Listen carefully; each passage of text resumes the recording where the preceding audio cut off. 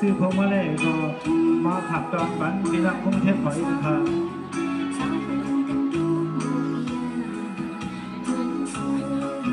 พี่น้องกรุงเทพค่ะฉันบอกว่าซื้อพวงมาลัยมาปั่นปั่นแห้งเรื่องกบขันใจเจ้าสาวขายเนื้อเนาะ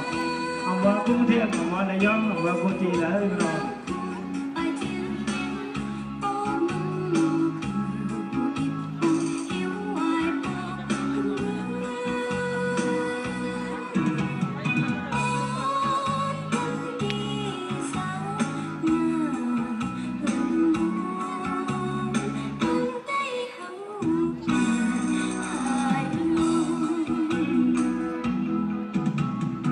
ยิ้มส้มขนมมันไม่ได้ดังขนาดเหมือนยาพงมาลัยเลยขนาดเรื่องยาพงมาลัยอันเดียวกันขนาด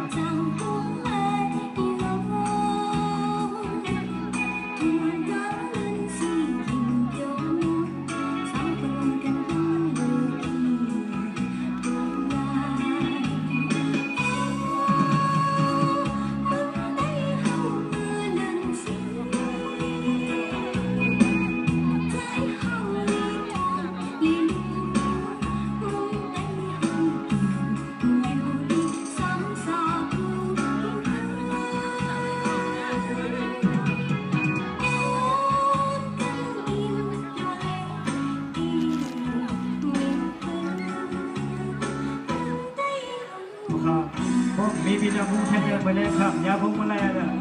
นักการมีพี่น้องกรุงเทพเลยนะ